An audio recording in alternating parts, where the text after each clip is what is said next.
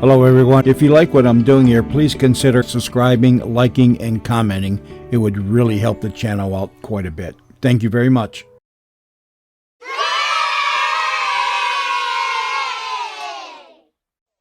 The Silver Eagle! A cry of the wild, a trail of danger, a scarlet rider of the Northwest Mounted serving justice with the swiftness of an arrow. The Silver Eagle!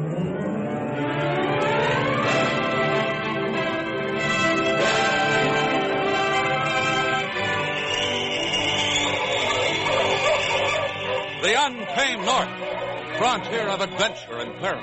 The lone, mysterious North, where one man dedicated to the motto of the Canadian Northwest Mounted Police faces danger and death to bring in the lawless and maintain the right. The most famous Mountie of them all, the Silver Eagle.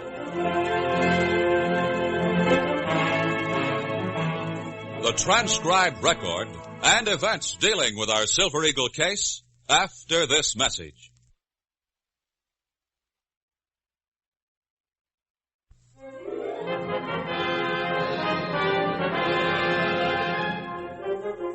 And now our Silver Eagle adventure, Redman's Vengeance. Trouble was brewing in the Beaver Indian country, and the two men who had roused the anger of the savages to fever pitch were a pair of white trappers named Mike Dunlop and Roy Carwin. One morning, as the two white men were having breakfast in their cabin. Listen, Mike, I've been thinking. Maybe we ought to clear out of this territory. After all the work we've done putting up our cabin and stringing out our trap lines? Not on your life. Sit down and have your coffee. What's got into you? It's the way the Injuns have been acting lately. Well, what about them? You know as well as I do. Those beavers don't like us invading their territory. They're spoiling for trouble, Mike. Even old man Cavanaugh up at the trading post says so. Never mind what that old windbag says. This is a free country and we can trap anywhere we please. We'll leave here next spring and not before. We'll have a whole sled load of pelts. Put the coffee pot back on the stove. I don't like it, Mike. If we're going to stay on it, at least let's play it safe. Meaning what? Well, let's not give them a chance to pick us off. When we're out tending the traps, let's stick together all the time. How can we cover the whole trap line if we don't split up? Suppose one of us runs into trouble. The Indians won't give us no trouble. You can say that now, but suppose you wind up with a trade ball in your back one of these days, or maybe get your scalp lifted. The trouble with you, Carwin, is you've got a yellow streak a foot wide down your back. I'm not yellow. Oh, yes, you are. You proved that last spring. I was a blasted fool ever to team up with you. Don't start talking that way, Mike. Just because I lost my nerve that one time, you got no right to hold that against me. You chickened out once, you'll do it again. I tell you, I'm as much a man as you are. Then act like it. Oh, all right. But I still want to know what we're going to do if the Injuns make trouble. You've got a rifle. Show them you're not afraid, and they'll leave you alone. Just one thing you got to watch out for. Don't get jumpy and go pulling trigger when there's no call for it. If we ever spill blood around here, those beavers will really go after our scalps.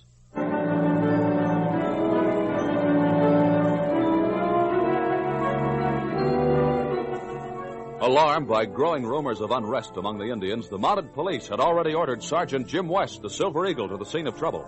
Accompanied by his big French-Canadian trailmate, Joe Badeau, he arrived that same day at the trading post run by old Sam Cavanaugh. By gum, Sergeant, you got here just in time, and that's a fact. What's this all about, Sam? Just what I wrote in that letter to Inspector Argyle. The Beaver Injuns are fixing to go on the warpath. You mean the whole tribe of Beaver Injuns, monsieur? Well, I ain't saying about the main bunch over in British Columbia, but the hunters in this part of the territory, Chief Big Tooth's outfit, they're really out for blood. What's causing the trouble? Two white trappers, Mike Dunlop and Roy Carwin. They moved in last fall and started running a trap line. That made the beavers fighting mad. They hate the sight of them. Big Tooth says if they don't clear out, he'll have their scalps hanging from his lodgepole. The Gersh, I think those beavers don't like any paleface so good, eh? They're the meanest redskins in Canada, Joe. In fact, they're kin to the Apaches down in the States. That doesn't mean they turn into a pack of killers, Sam. They've done it before, Sergeant.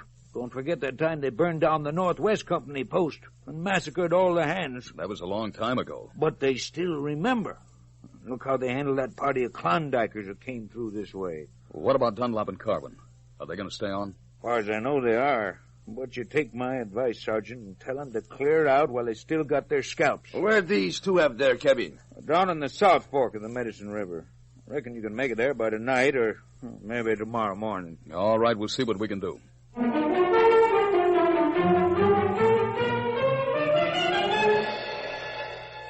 It was late that afternoon when Roy Carwin paused on the bank of a frozen creek to remove a marten from one of his traps. His manner was fearful. Every nerve in his body was taut as a bowstring. He had seen the tracks of a band of Indian hunters in the neighborhood, and now he suspected they were dogging his trail. Suddenly, he looked up as a swarthy, fur-clad Indian stepped into view. What you do, white man? You got eyes. You can see what I'm doing. I'm taking a marten out of my trap. No, you not take. All furs belong in John. That's not true. I have as much right to trap here as you do. White man lie. This land belong beaver in John. Now, look, I don't want any trouble, but this marten's mine. No, me take. Stay back. Don't come any closer. In John take fur. No. Put that knife away. I'm warning you, don't come any closer. No, not so take. Oh, you crazy fool. I didn't want to shoot. Oh, good night. It's a whole bunch of them. I better get the team.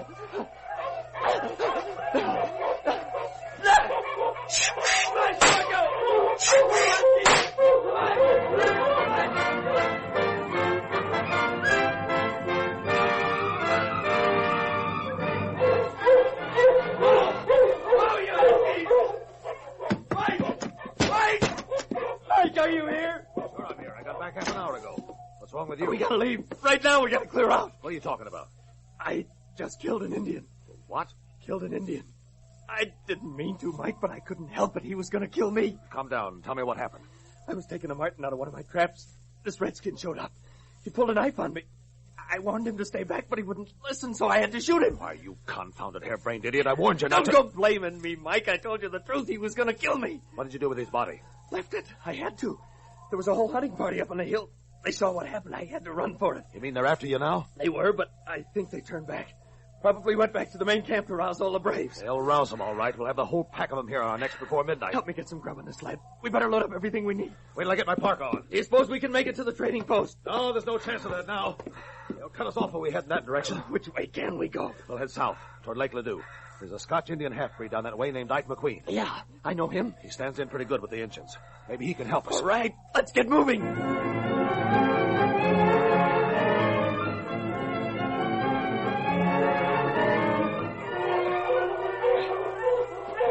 Hold it, Joe. Stop the team. Oh, stop. Oh, there, my little curly tails. What's the matter, Chief? Up there on the hillside. It's Ike McQueen. Because you're right. I don't even see him before. Come on, let's go meet him. Okay, donkey, Silver Eagle. Hey, Silver Eagle! Hello, Ike. Bonjour, my friend. I figured that was you and Joe, and by thunder, I'm sure glad you're here. You know what happened at Medicine River? Oh, say I do. That blamed fool Carwin shot a beaver engine. Now the whole pack is after him and his partner. But how'd you find out? The cabin was burned down. First we think maybe they'd be inside, but we don't find no bodies. They cleared out just in the nick of time. Did they come this way? Yeah, they showed up at my place yesterday morning just before daybreak, but they didn't stay long. Well, what about the Indians? They came too, 3 or 4 hours later. Chief Big Tooth's a pretty good friend of mine, you know, so I tried to calm him down, but to no use. He almost wound up killing me. How many braves are with him? Close on 50, I reckon. And believe me, they're really out for blood. Son of a gun club, Jim. You suppose they listen to you? If we can stop them in time, we'll make them listen. Which way did they go? Carwin and Dunlap headed south, but I told them to double back through the hill. Figured maybe they could throw the engines off that way. Maybe you could meet up with them if you go through Buffalo Gap. Good idea, Ike. We'll try it. Ain't much of a chance, though. If you want the truth, I think the engines will catch you before they ever get that far. Why do you say that? Because Mike Dunlap broke his leg. Had to ride the sled. The way things look when they left here, they can't hope to outrun the engines.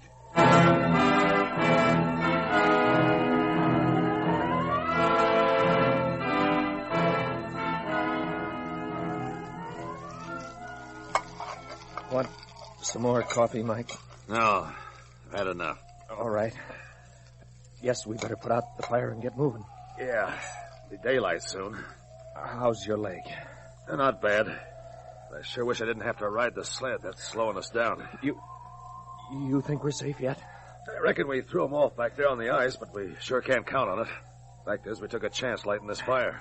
What gets me is this never knowing what... What's the matter with you? What are you looking so scared for? I thought I heard a noise. Over there in the... Mike, it's the savages. Holy mackerel. Now we're in for it. Get the rifle. No, not me. I'm clearing out. Roy! Don't leave me! Roy!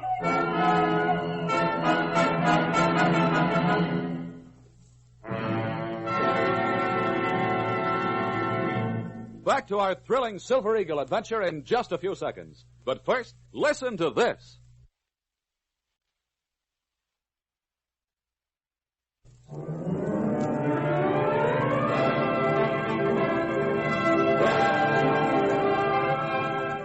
Now back to the Silver Eagle, Sergeant Jim West of the Mounties, and his stirring adventure, Redman's Vengeance.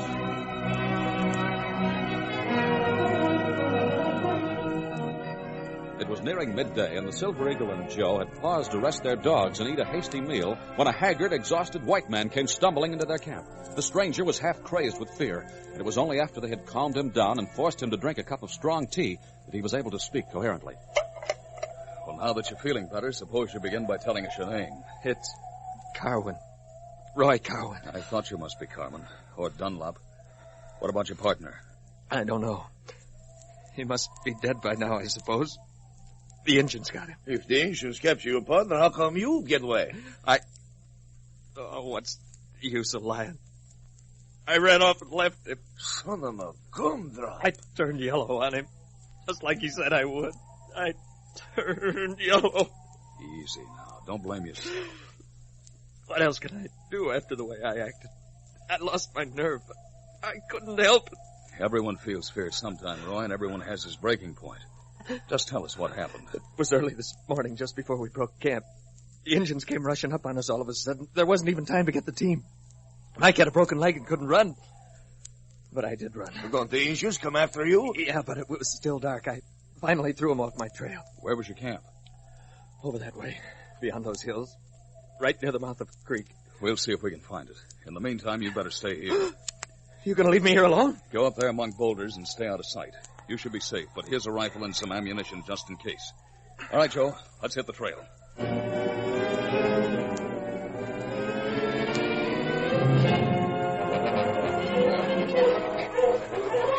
Oh, that's attack! Oh, my little curly tails! Oh, you little tail waggers! There they are, Joe. Son of a gumdrop. Look like they got white man tied to stake. Those beaver Indians plenty tough, baby, Jim. I know that. We'll have to try to impress them. You see that slender tree, that little sapling down there where the Indians are milling around? We shall see it. Think you could drive an arrow through it at long range? Oh, sure, with Joe's Eskimo boat, that'd be easy. If I shoot straight. You will. Here's what I have in mind. I'll go down there alone and you stay out of sight. But when I signal with my hand...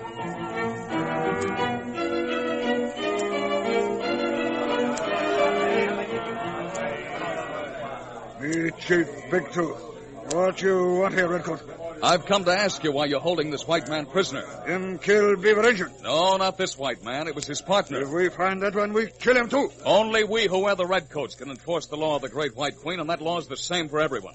The other white man will stand trial, and if he's found guilty of murder, I promise you he'll be punished. Redcoat, lie. I want to show you something, Big Tooth. This. Where arrow come from? That arrow came from the mightiest bow in all the North Country. Even your strongest warriors couldn't bend it. You can see how the arrow went clear through that sapling, and notice what's fixed to the shaft. Arrow have eagle feather. And you, Shockway? Yes, I'm the Silver Eagle, and I'm proud that the Indians call me their friend. You know my word can be trusted. What you want, Silver Eagle? I want you to let this white man go free. I've already taken his friend in charge. You bring other white men here. Yes, I can bring him here, but he must remain my prisoner. If I do that, will you promise not to harm either of them? Maybe so. But Big Tooth not promise. First you bring other white men here. Then we powwow.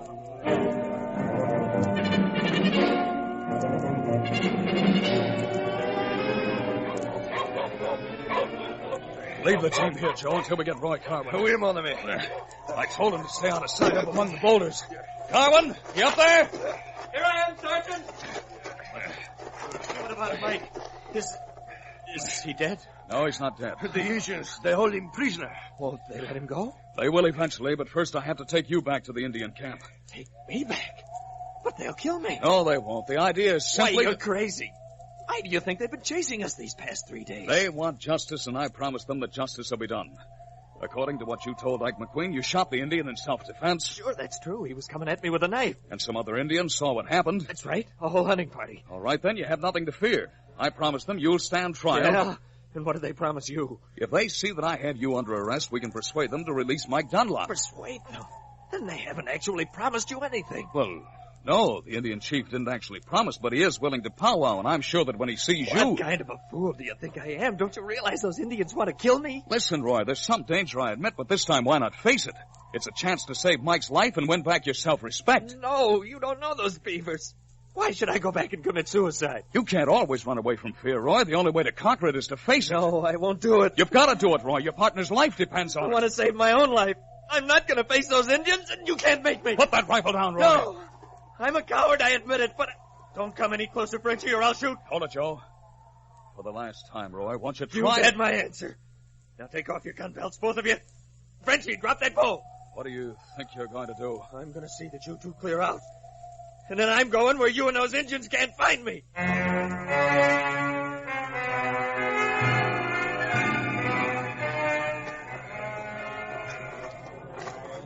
Those Indians look plenty mad, Chime. Yes, they see we don't have Carwin with us. Son of a gumdrop. We don't have guns, you don't even have bow. What we gonna do? Just try to keep our nerve. White man who killed Indian. He escaped from us. Silver Eagle speak with forked tongue. No, I don't lie, Big Tooth. He did escape, but that doesn't mean he won't be captured. I promised you he'll stand trial, and my promise... Silver Eagle lie. You say you bring back white man, but you promise no good. Now this white man die. Sergeant, don't let them kill me. They're not going to kill you, Mike. I'm here as the servant of the great White Queen, and I intend to set him free. Come on, Joe, let's untie him from the stake. No, him die. Nizakaya, Mohiko, Wabijagway, Taka. Jim, you stand back to back with Joe, mon ami. Maybe this be last fight, but son of a gumdrop, she gonna be good one.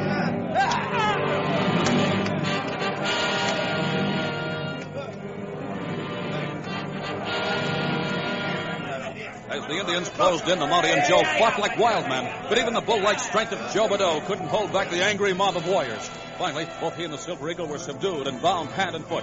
They watched in horror as the Indians prepared to burn Mike Dunlop at the stake. Brush was piled around his feet, and one brave stood by with a flaming torch as Chief Big Tooth spoke. White man kill Indian. Now you see how Beaver Indian take revenge. What you go? Duck on me. Wait, Big Tooth! Wait and hear what I have to say. What you are now, Silver Eagle? I tell you, you're making a mistake.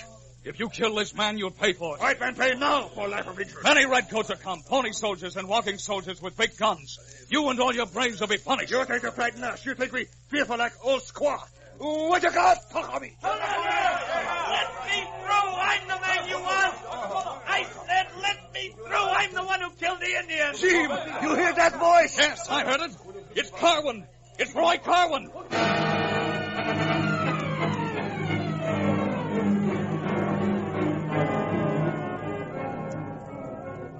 I can't believe it, Sergeant. You mean they're actually going to let me go to him? You heard what the chief said. But they were going to kill Mike, and now they're not going to do anything. Just turn me over to you. The Indians respect courage, Roy, and you've just shown that you have courage. You were willing to face almost certain death in order to save your friend. We were getting quite a beating just before you interrupted. You brave man. Have strong heart. So you got strong heart, Bido. I got strong heart, but bruised eye. Ooh, do it get black and bluesy, Jim? Yes, you'll have quite a shiner. Now, Big Tooth, know you speak true, Silver Eagle. My way, Silver Eagle always speak true. But son of a gumdrop, sometimes truth hurt. Oh, my eye. I reckon I better take back what I said about you having a yellow streak, Roy. They've been there once, but... man, you sure wiped the slate clean today. I don't know, Mike. I still feel mighty ashamed of what I did. Ah, forget it. You'll still have to face trial, but you shot in self-defense, so I don't think you'll have too much to worry about. Will your braves come to the trial, Chief, and tell what they saw? They tell. Me come too. What about the Indian who was shot? Was he killed instantly, or did he live long enough to say anything? Not talk when we leave village, but maybe him talk before him die. We find out from school. You mean he wasn't dead when you left your village? No, him hurt bad, but him still live. Little bit. A little bit? Maybe he's still alive. We'd better head back right now and find out.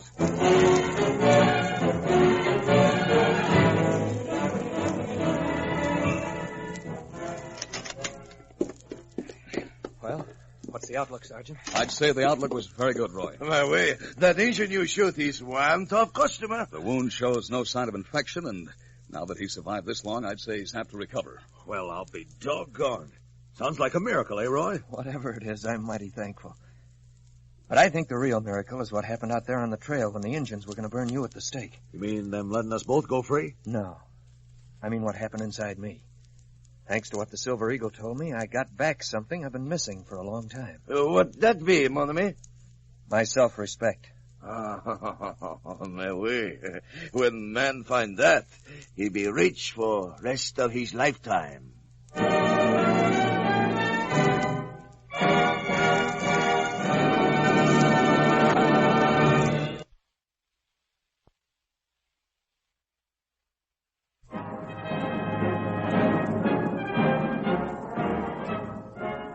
Today's story of the Great Northwest was written by James Lawrence.